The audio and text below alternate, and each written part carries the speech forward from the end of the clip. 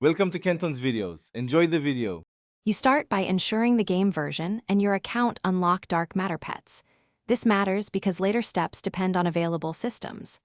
Once done, gather the required currency and components, 5,000 gold or 250 credits and a breeding station or blueprint, then position yourself in the correct zone. Next, open the pet menu, select the dark matter branch, and queue one initial attempt. Doing these first actions immediately primes resources and triggers timers that the rest of the process relies on. You now move into the fusion sequence where precision matters.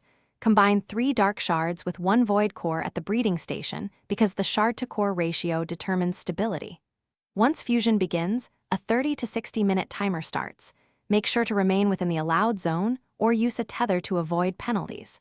Also apply affinity boosters to raise success chance, spacing boosts, and timing them before the final merge increases yield.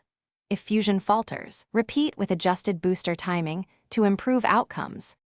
You finish by claiming the dark matter pet once fusion completes, inspecting rarity and stats so you know whether to stabilize or reroll. If instability reads above 10%, perform a stabilization ritual immediately because that reduces stat loss and prevents corruption. If the attempt fails, salvage returns roughly 50% of materials. Use those salvageables plus an extra booster and retry quickly to benefit from any active buff windows. Troubleshooting tip: if you see repeated corruption,